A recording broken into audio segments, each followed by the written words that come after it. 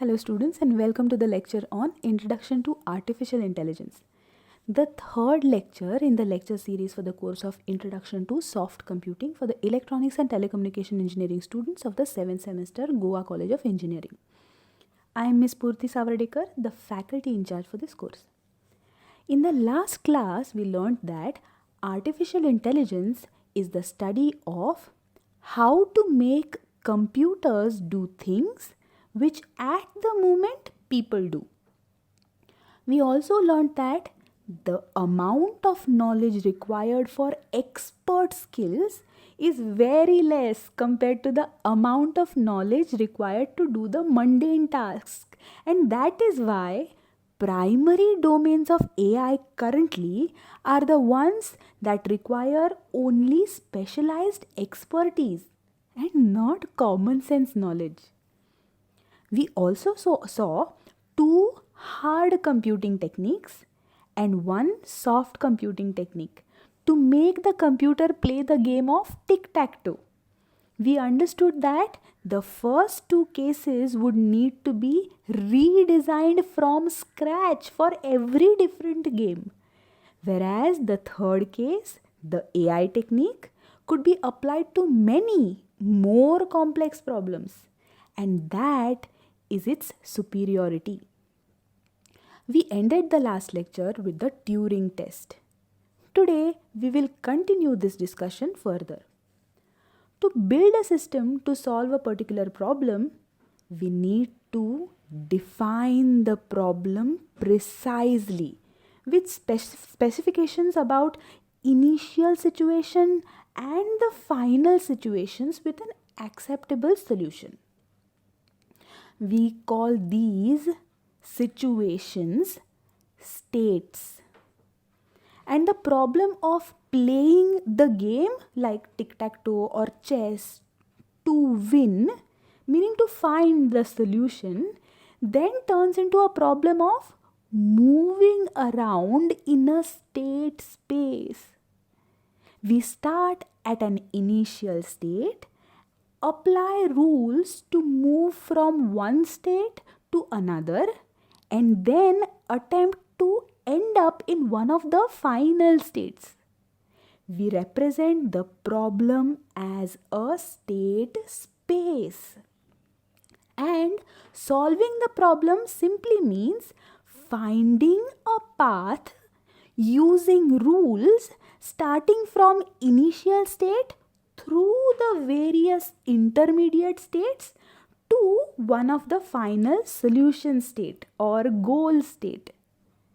Solving a problem thus gets converted to a state space search. Search from the initial state to the goal state. State space search. Let us understand this with the help of a simple example. Suppose we need to build a system to solve the water jug problem. What is the water jug problem? Listen very carefully. You are given two jugs, a 4-gallon jug and a 3-gallon jug. Neither has any measuring markers on it. There is a pump that can be used to fill the jugs with water. How can you get exactly 2 gallons of water into the 4-gallon jug? The state space for this problem can be described as the set of pairs x, y such that x may be equal to either 0 or 1 or 2 or 3 and y may be equal to either 0, 1, 2 or 3. Obviously, x represents the number of gallons of water in the 4-gallon jug and y represents the quantity of water in the 3-gallon jug. X, y. That's the state. At this point, I would like you to pause the video for a minute or two and come up with the start state x, y with numbers in it and goal state x, y with number in it. Read the problem properly and try to find out the start state and the goal state.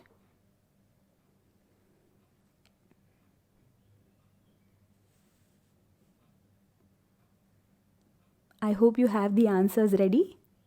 Yes, the start state is 0, 0 and the goal state is 2, n for any value of n, because the problem does not specify how many gallons need to be there in the 3-gallon jug. It only specifies that 2 gallons of water need to be there in the 4-gallon jug. That's why 2, n. At this point, I would like you to pause the video again for a minute or two and figure out one of the paths using which you could go from the initial state to the goal state. The intermediate states could be 4, 0, where you fill up the 4-gallon jug fully, or 0, 3, where you fill up the 3-gallon jug fully. Then maybe 3, 0, where you empty the 3-gallon jug into the 4-gallon jug. So it becomes 3, 0, etc. I hope you have got an idea. Give it a try and try to come up with the path from the initial state to the goal state. Which means you have to come up with the states x, y with x and y as numbers starting from 0, 0 to 2, n, where n can be any number. Give it a try.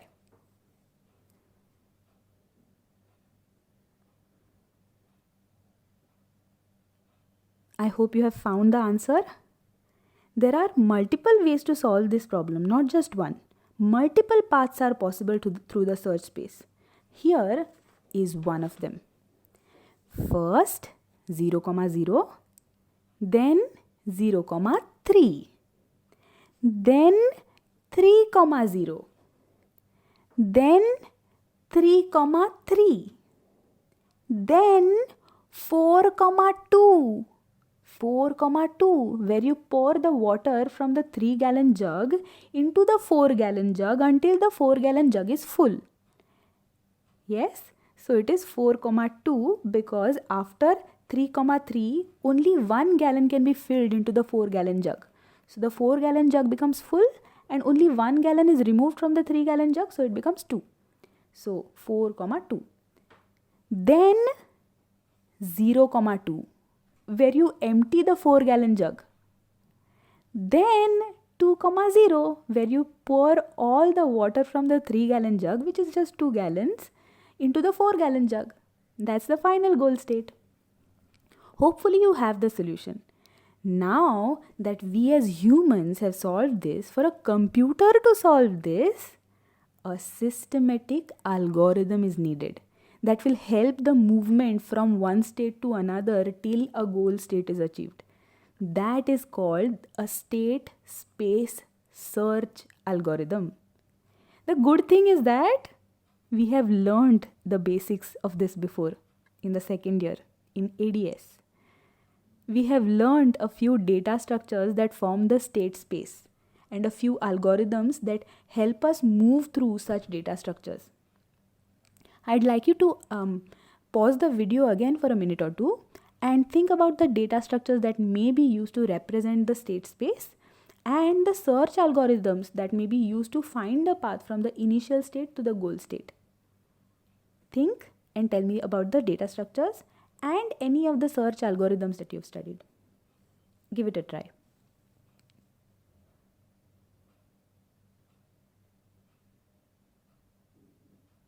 Yes, the answer is trees and graphs. And the algorithms that may be used are breadth first search algorithm and depth first search algorithm. Do you remember? I hope you all remember these concepts. Quickly now take a minute to represent the problem as a graph in the state space, this water jug problem, and apply breadth first search and depth first search algorithm to find the path. Give it a try. I hope the concept of state space is clear to you, and state space search is also clear. Now consider the traveling salesman problem.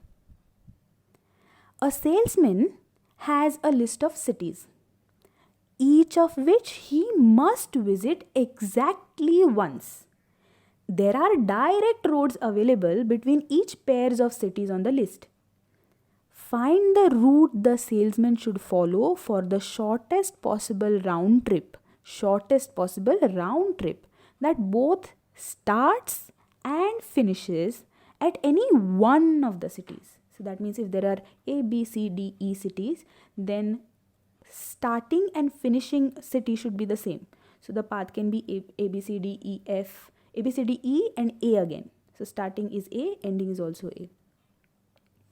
A simple algorithm like breadth first search or depth first search could solve this problem by simply exploring all the paths in the graph and returning with possibly the shortest one. But this approach would work in practice for very short number of cities. If there are say n number of cities, the number of paths to be explored is n minus 1 factorial.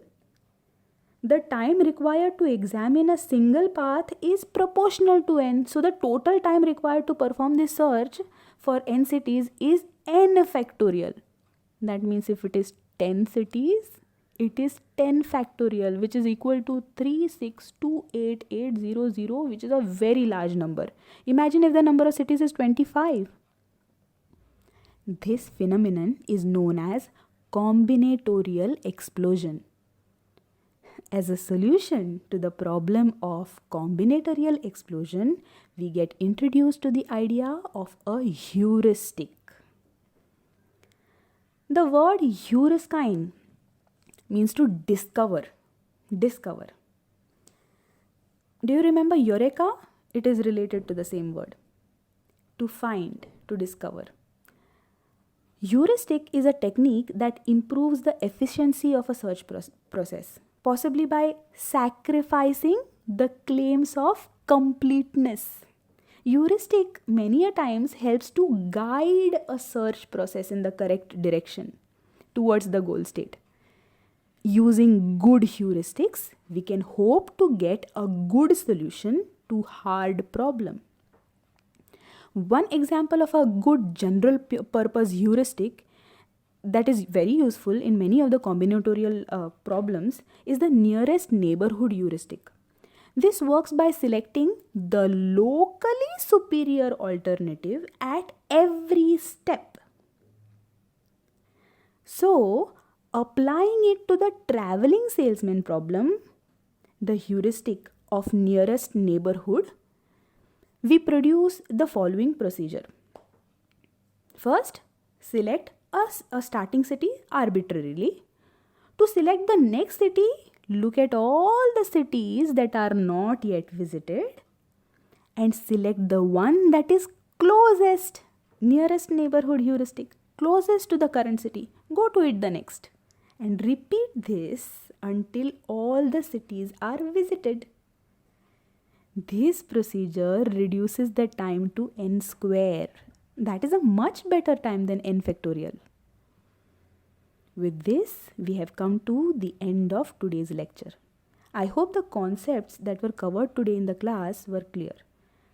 See you now at the live classes on Google Meet. Thank you.